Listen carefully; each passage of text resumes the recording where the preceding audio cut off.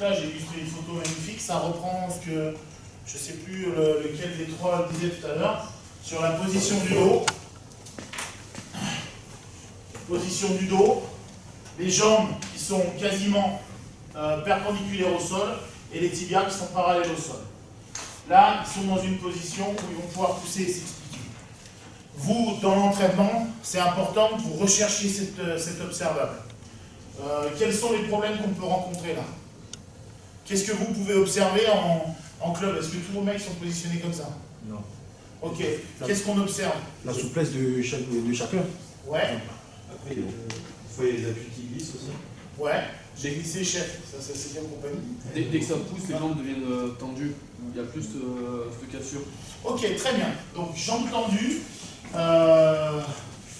On parlait de souplesse. Les appuis qui glissent, on va dire, c'est lié aux jambes tendues. C'est-à-dire qu'à un moment, on arrive en bout de course et ça part. Alors, pour éviter les jambes tendues, qu'est-ce qu'on peut essayer de mettre en place? Un angle de poussée, vas-y, développe. De 90 à 100. Exactement.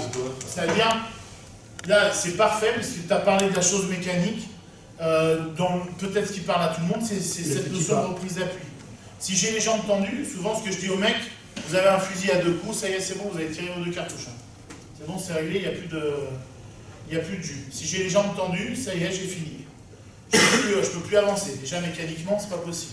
Ça veut dire que reprise d'appui. Et mes jambes, j'essaie toujours d'être entre 90 et 120, 130 degrés. C'est là où j'ai le plus de force. Et je cherche à avancer comme ça. Que ce soit pour première, deuxième et troisième ligne. Ce qu'on peut observer aussi, c'est les genoux qui ont tendance à passer sous le torse. Ça risque d'arriver assez souvent. Ce qu'on peut observer aussi par rapport à la notion d'équilibre,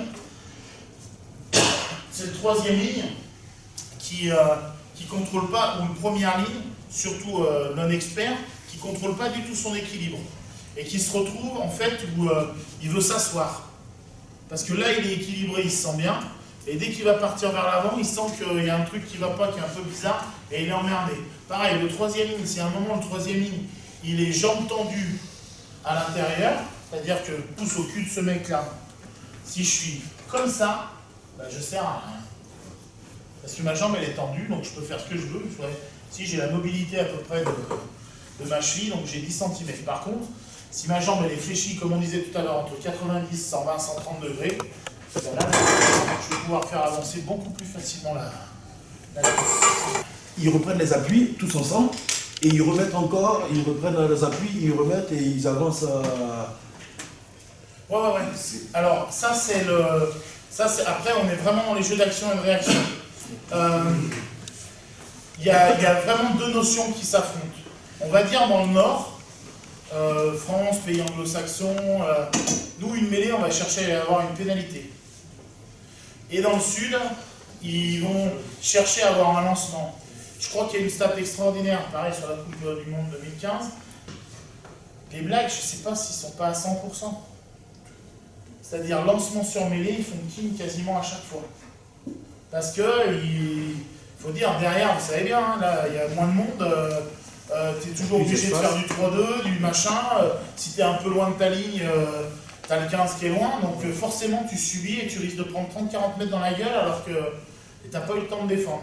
Eux, là-dessus, ils sont bons. Nous, on va surtout chercher à récupérer une pénalité. 3 points. On va plomber les Anglais, mais les Anglais, ils avaient été experts là-dedans, où il y a un moment, le ballon il est disponible, ce que tu dis, hein, on continue, on les enfonce dans le sol, et on essaie de récupérer une pénalité, on avancera après, et où on tentera 3 points. Pour moi, je pense de plus en plus que la mêlée, en tant que lancement, c'est top.